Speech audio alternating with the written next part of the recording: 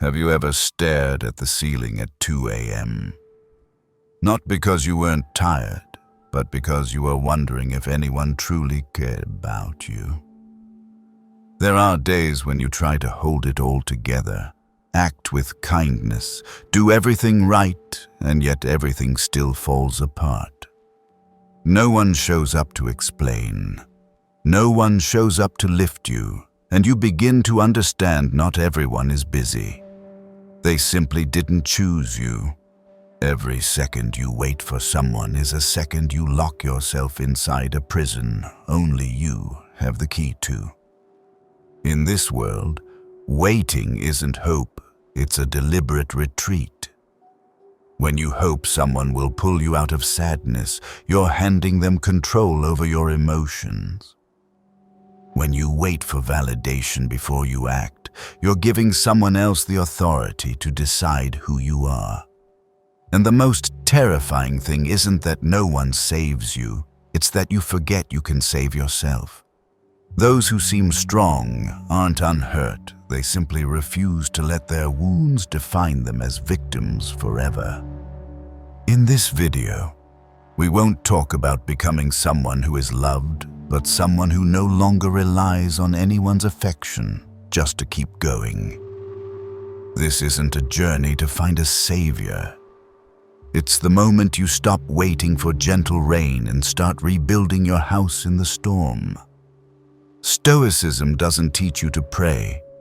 It teaches you to take responsibility.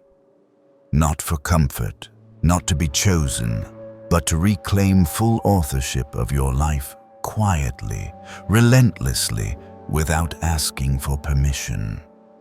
1. Waiting will crush you. Have you ever told yourself, I'll start, but not today? We've all had those days where we're not giving up, but not starting either. Days where we quietly delay, clinging to a vague belief that tomorrow will be different. But then, tomorrow comes and it looks just like yesterday. You're still there, still waiting for something to happen instead of making it happen yourself. Waiting is a disguised sorrow. It doesn't scream. It doesn't knock you down at once, but it wears you out little by little with the feeling that you're always right next to life, but never truly living. We're taught to be patient, but no one teaches us to distinguish between patience and tying ourselves to a chair that no longer belongs to us. No one tells us that some doors only open when we stop waiting for someone else to knock and take a single step forward, even in silence. Marcus Aurelius once wrote, "You could leave life right now. Let that determine what you do and say and think." Death doesn't threaten us by knocking loudly, but by letting days slip by unnoticed. Every moment you fail to live as if today were your last is a moment you betray your own life, not with mistakes, but with prolonged hesitation. Sometimes you'll think, I'm not good enough. I need more time. I'm afraid I'll mess it up. But the truth is, you're not short on time, you're short on a decision. The perfection you're waiting for is an illusion. It will always hide behind the next step, keeping you from ever feeling ready. But you don't need to be ready to begin. You need to begin in order to become ready. Every journey starts with a trembling step, but that trembling is the proof you're alive. And only when you dare to act without guarantees do you find something more valuable than safety. Self-respect. The world won't pause to wait for you. It keeps moving forward, choosing those who dare to walk, even in uncertainty. Opportunities don't fall into the hands of those who are ready, but into the hands of those already moving toward them. And here's the paradox. When you wait to be sure, you're making sure you'll be left behind. You can't control everything, but you can control the one thing that shapes your entire life. To act or not to act. And action doesn't have to be a grand leap.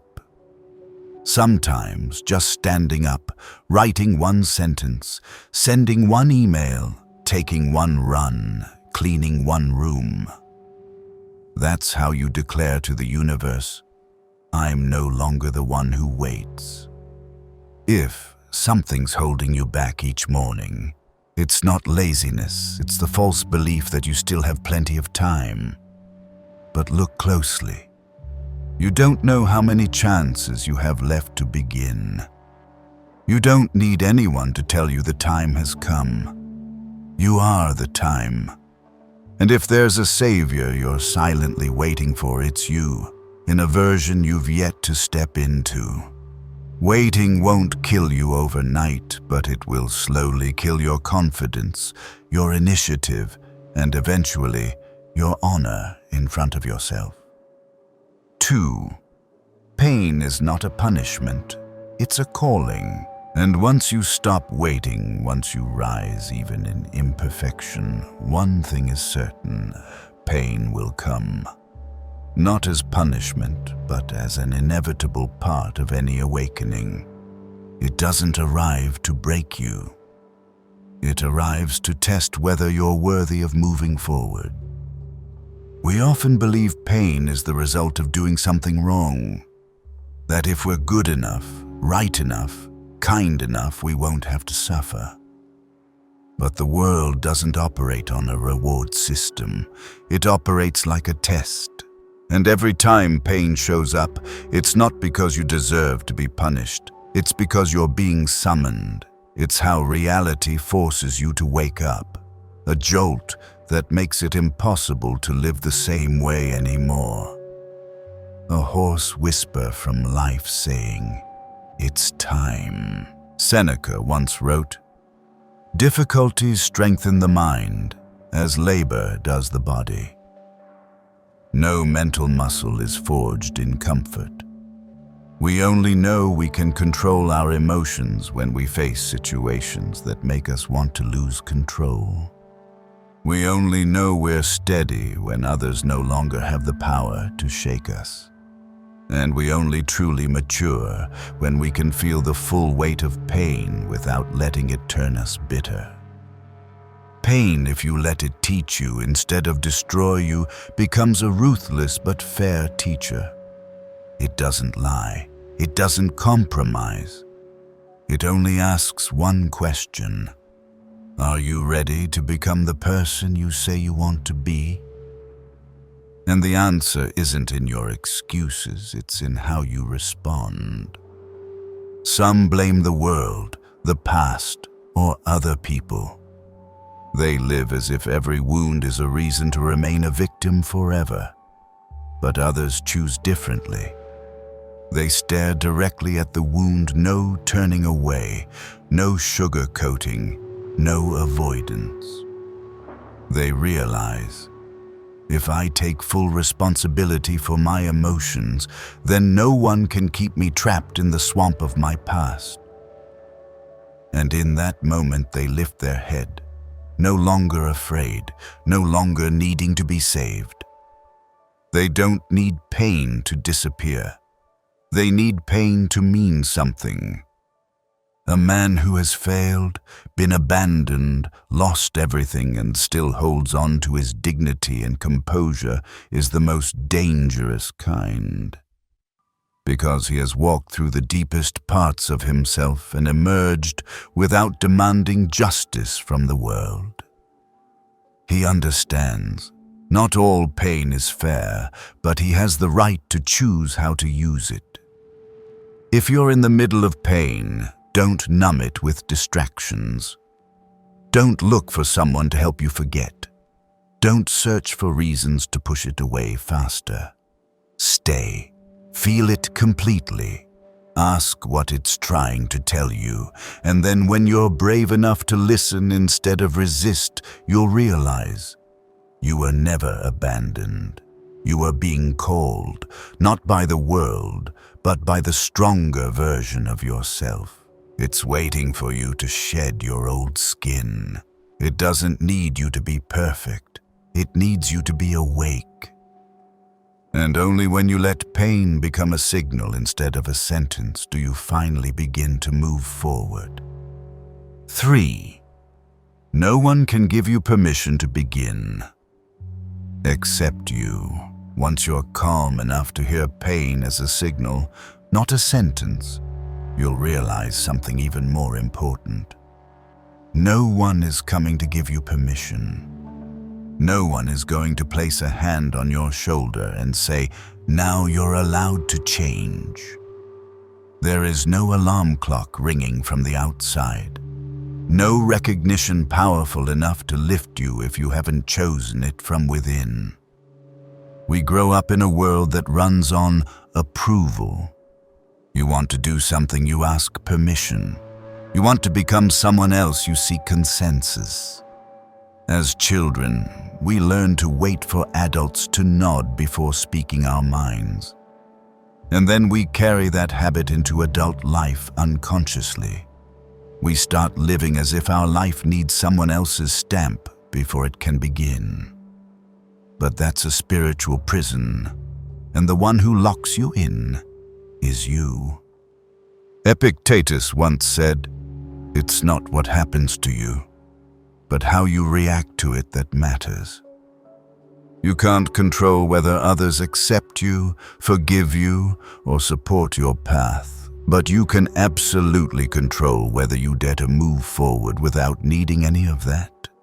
And the brutal truth is, if you keep waiting for someone to open the door, you'll grow old in the hallway of waiting. No beginning is ever on time. No one can guarantee you'll succeed. No one can ensure you won't fail again. But none of that matters. The only thing that matters is, are you willing to take full responsibility for that first step? No one is coming to save you. But what's even sadder is, sometimes someone does come and you still can't change because you never gave yourself permission to. If you're still waiting for someone to lift you up, you're still handing over the authorship of your life to someone else. If you're still waiting to be understood, forgiven, or accompanied, you're still being directed by the reactions of others. But you don't need anyone to understand you to start living with integrity. You don't need forgiveness to start becoming a better human being. And you don't need someone to walk with you to prove you're heading the right way. Every true beginning is lonely. Because it's not built from the outside, it's sparked from a place deep within you that no one else can see. And that's why the first steps always tremble, because no one claps for them. But it's that silence that gives them meaning. You start not because someone cheers for you, but because you can't bear to keep living the same way. You begin not because the world is ready, but because you don't want to delay one more day for the better version of yourself. No one can give you permission to begin. No advice, no book, no video. They are only suggestions. True power comes when you shut out all the noise and ask quietly, if I were the last person on earth, would I still dare to live as I truly want? If the answer is yes, then you don't need permission anymore. You just need to act. 4. Responsibility is not a burden. It's the ultimate power. Once you no longer need permission to begin, you reach a new milestone on the path of awakening. You stop blaming anyone, including yourself. You begin to understand that everything that happens in your life, whether fair or not, whether it should have happened or not, is still something you must take responsibility for, not because you're at fault, but because you refuse to keep living as a passive being. Maturity begins the moment you stop asking, "Who did this to me?" and start asking, "What will I do with it?" There's a bitter paradox in life. The more you avoid responsibility, the weaker you feel. The more you blame circumstances, the past, or other people, the more powerless you become to change anything at all. And that sense of helplessness gradually eats away at your self-respect. But if you're brave enough to look in the mirror and say, "I don't care who caused this, I'm responsible for how I respond," that is the moment you step out of the role of victim and into the role of creator.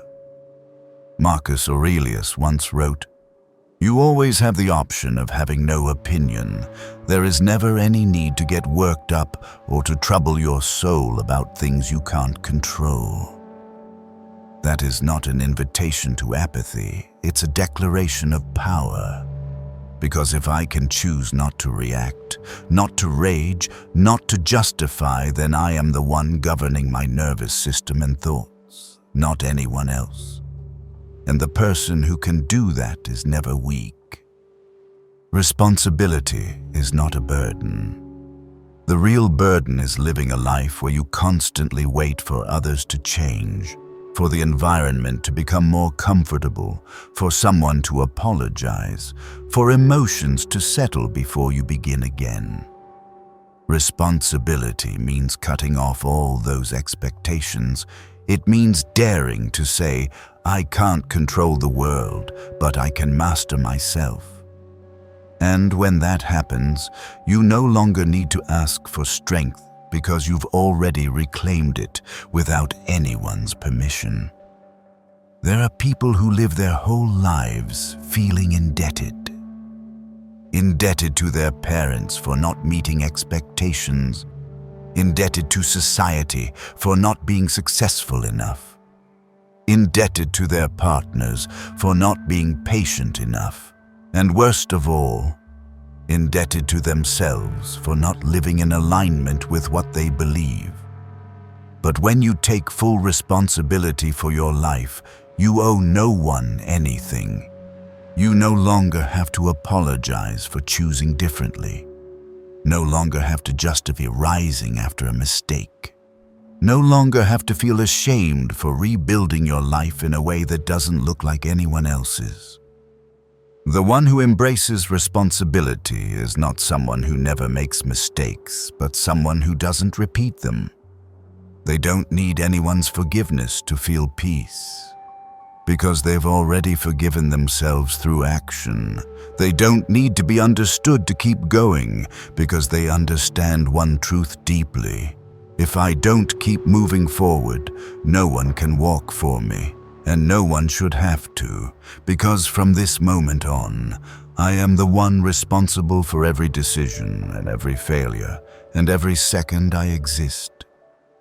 We can't always control our circumstances, but responsibility is where all power begins. It's not a punishment for adulthood, it's the privilege of the free. And if you are strong enough to look at the wreckage around you and say, "All right, I'll start from here," then no one, no event, no memory can chain you anymore. Because you've chosen to be the one who rebuilds, not the one waiting to be rescued. 5. Growth is always found where you once wanted to run from. When you no longer fear taking responsibility, you enter a more terrifying but truly transformative phase. Facing the very place you once always tried to avoid. Responsibility is not just a declaration of power, it is an unwelcome invitation to return to the place that once hurt you, shamed you, broke you down, not to repeat it, but to stop running from it. You'll discover that what you label as "I don't like," "It's not for me," or "I can't," are often just cracks you haven't looked at calmly enough.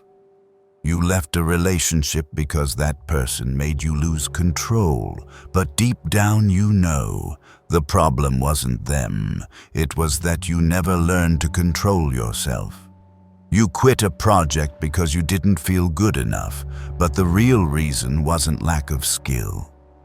It was the fear of being judged. You turned down an opportunity thinking it's not the right time, but deep inside you feared you'd fail, and so you covered fear with logic, locking doors with labels. Seneca once wrote, "We suffer more often in imagination than in reality." The things we avoid are rarely as terrifying as we imagine. What bruises us isn't the situation, it's our exaggerated reaction to it. And because we react too quickly, too intensely, too impatiently, we retreat before we ever learn anything real. But you cannot grow if you keep turning your back on the most important lesson, just because it's written in the language of discomfort. All true growth begins by standing still in the very storm you once fled. When you're brave enough to return to the place that once made you feel small, you are no longer the same person. You don't go back to prove you're strong. You go back to see that you no longer need to avoid.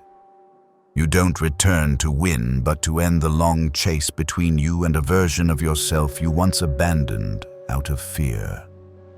Ask yourself, what part of me do I always avoid thinking about?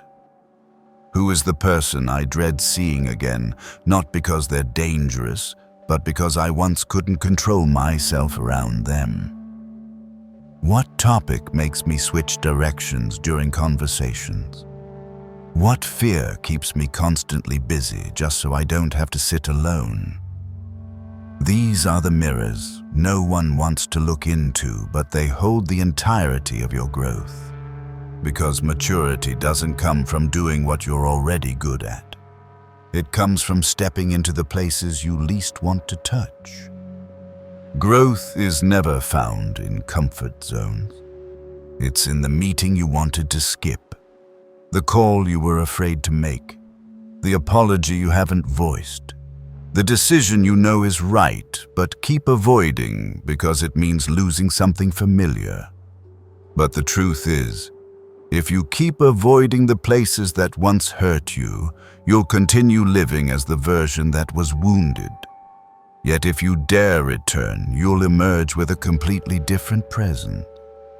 Not because the place has changed, but because you no longer need to be forgiven in order to forgive yourself.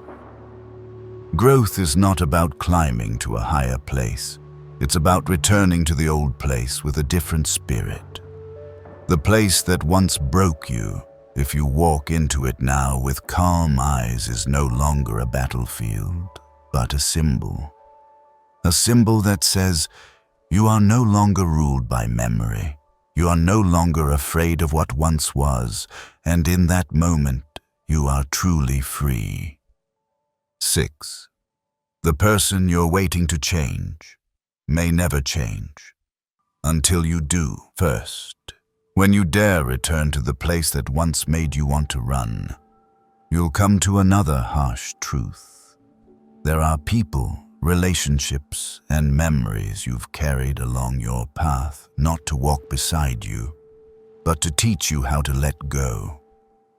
You've kept them in your heart, not because they still matter, but because you've never allowed yourself to move forward without them. But then you realize, true growth doesn't require others to change. It requires you to stop waiting for them to change first. We often fool ourselves with subtle hopes. When they understand, everything will be different. When they finally change, I'll feel peace. When they appreciate me, I'll forgive. But that's how we hand over the keys to our emotional state to someone else, someone we cannot control. Waiting for someone to change so you can feel better is a form of spiritual procrastination. It keeps you living like a hostage, not to the other person, but to the expectations you created yourself.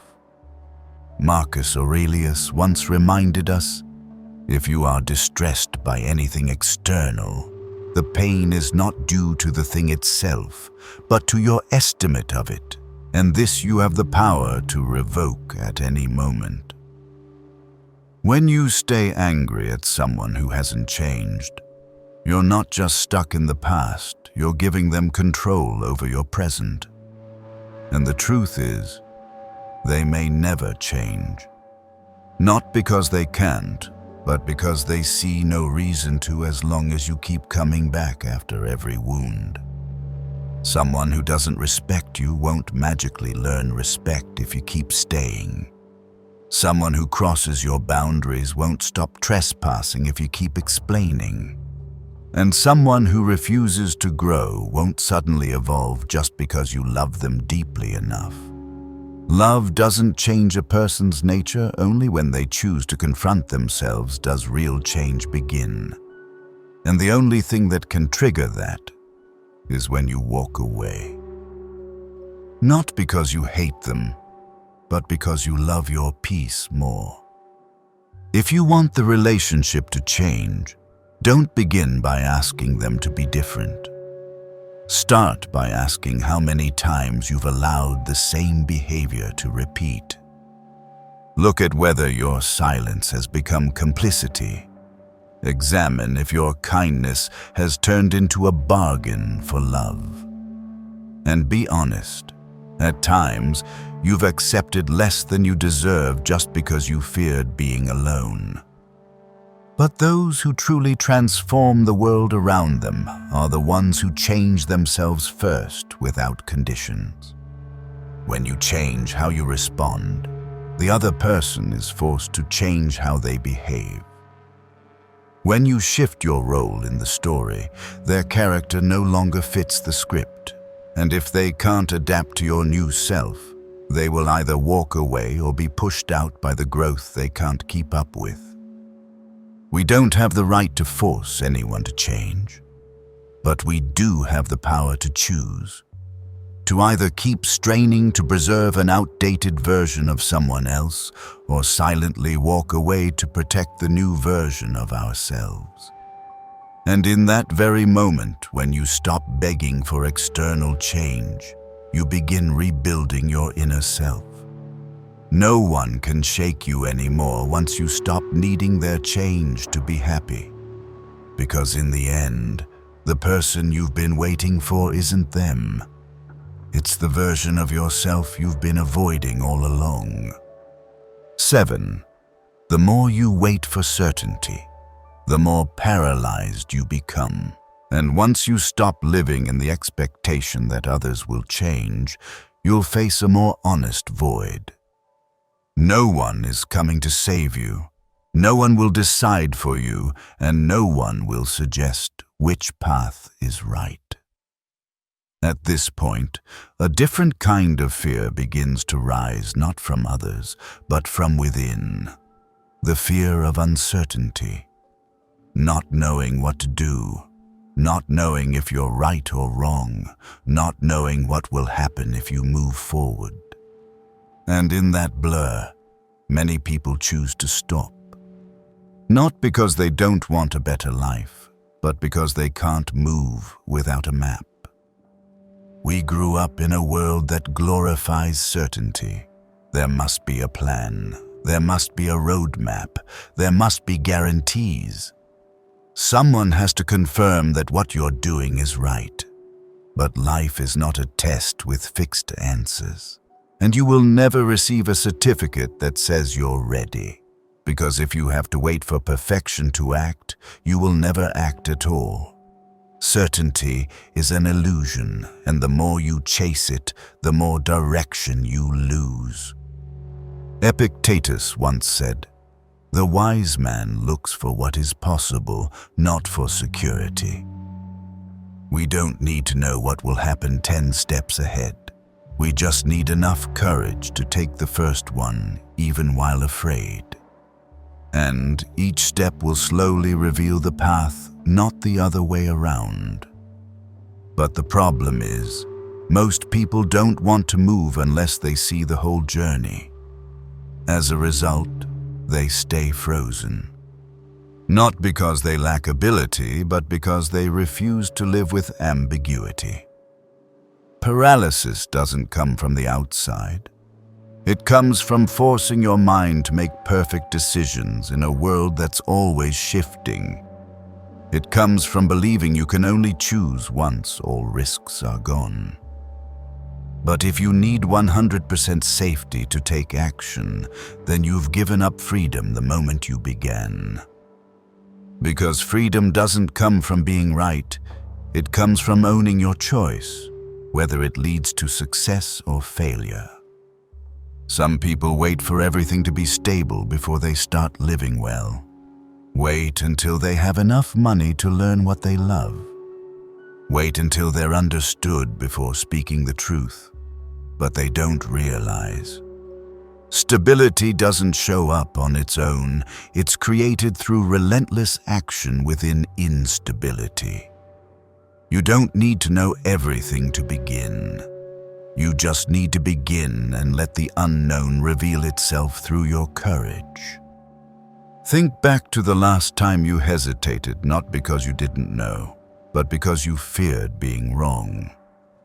Think of how many chances slipped away just because you waited for one more sign, one more approval, one more green light, but no one but you can offer that. Because in the end, the only person who can say you're on the right path is the one who is already walking.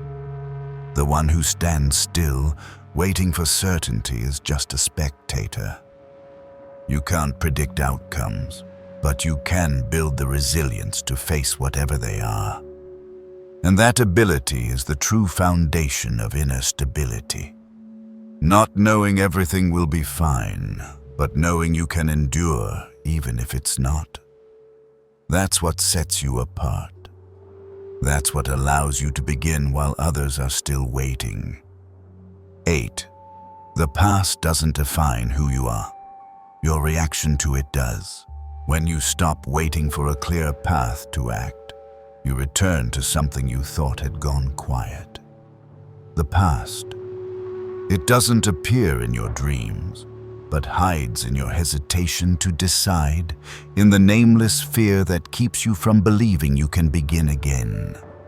But the real danger is not in the memory, it lies in how you use that memory to justify your refusal to move.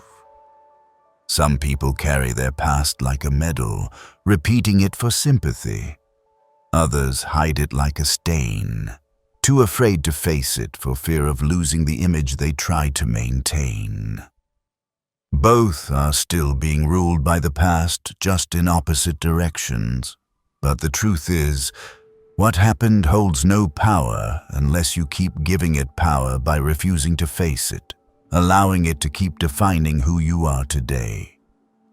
You've reacted poorly. You've failed. You've been weak. That doesn't make you worthless. But if you keep letting those versions of you live on through the way you tell your story, you've silently accepted, I cannot change. Epictetus once said, "It's not what happens to you, but how you react to it that matters." Reaction is what you control. And if you've never reacted differently, never viewed the past as data rather than destiny, then you've never truly moved beyond it. Spiritual freedom begins when you confront yourself not to condemn, but to choose again. None of us grows up without falling, but some attach themselves to those falls. Others use them to guide the next step with clearer eyes and a heart no longer afraid to look back. Maturity doesn't demand you erase your past. It teaches you not to respond the same when it comes knocking. Until one day when someone asks, "How did you become so strong?" You don't need to retell the story full of wounds. You just answer, "Because I no longer let what happened decide who I am."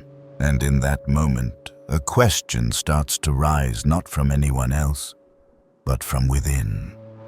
A question once ignored, but now holding the key to a new kind of life. 9. Your life doesn't begin someday. It begins when you stop waiting. Many people believe their life will begin once they get a better job, meet the right partner, receive a bigger opportunity, or find a more favorable time. But the truth is, there is no someday. There is no magical light that will shine and turn you into the ideal version of yourself. Your life won't begin on some glorious Monday morning. It begins the moment you stop waiting for everything to be perfect before you start living. Waiting is how people delay themselves in a civilized manner. You justify it by saying you're preparing. You tell yourself you need more time, more data, more validation, but the essence of that waiting is fear. Fear of failure, fear of getting hurt, fear of not being recognized. And the more you wait, the more paralyzed you become. The longer you delay, the more you lose your ability to decide. The more you wait for opportunity to arrive, the more you miss the power of initiative. You don't need a certificate to confirm you're ready. You only need to be honest enough to admit you're tired of standing still. Because standing still is also a choice, but it's a choice that turns you into a ghost within your own life. Marcus Aurelius once reminded, "Just do the right thing, the rest doesn't matter." It means you don't have to control every outcome, but you must take responsibility for your action. Every time you step out of your comfort zone, you are declaring, "I choose to live, not merely exist."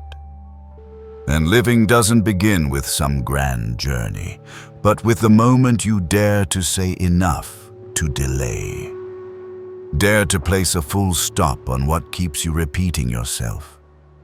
Dare to do one small thing differently.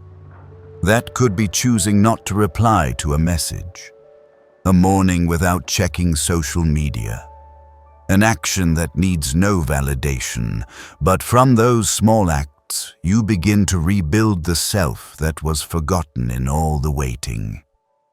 You don't need anyone to grant you a starting point. Real life doesn't wait for you to be ready. It's happening right now as you read these words.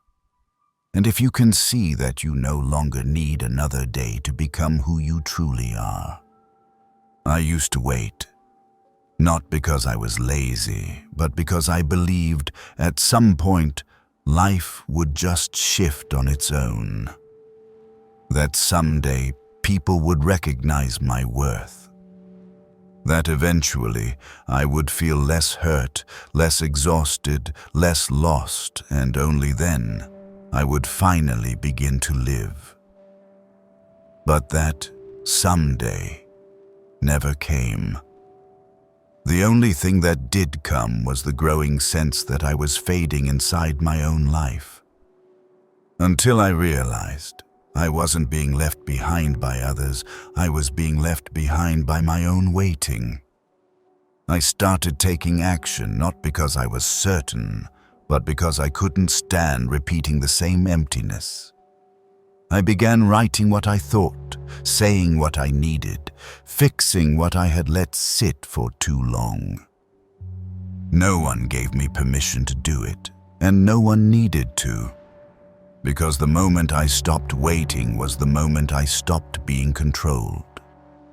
If anything in this video made you pause and helped you see more clearly the silent strength within you, please like, subscribe, and turn on notifications so you don't miss the next message. This isn't a place to chase fleeting motivation. This is where you return whenever you need to remember how strong you've been, in silence. You don't need to wait for life to begin. You only need to stop waiting and start walking. See you in the next video.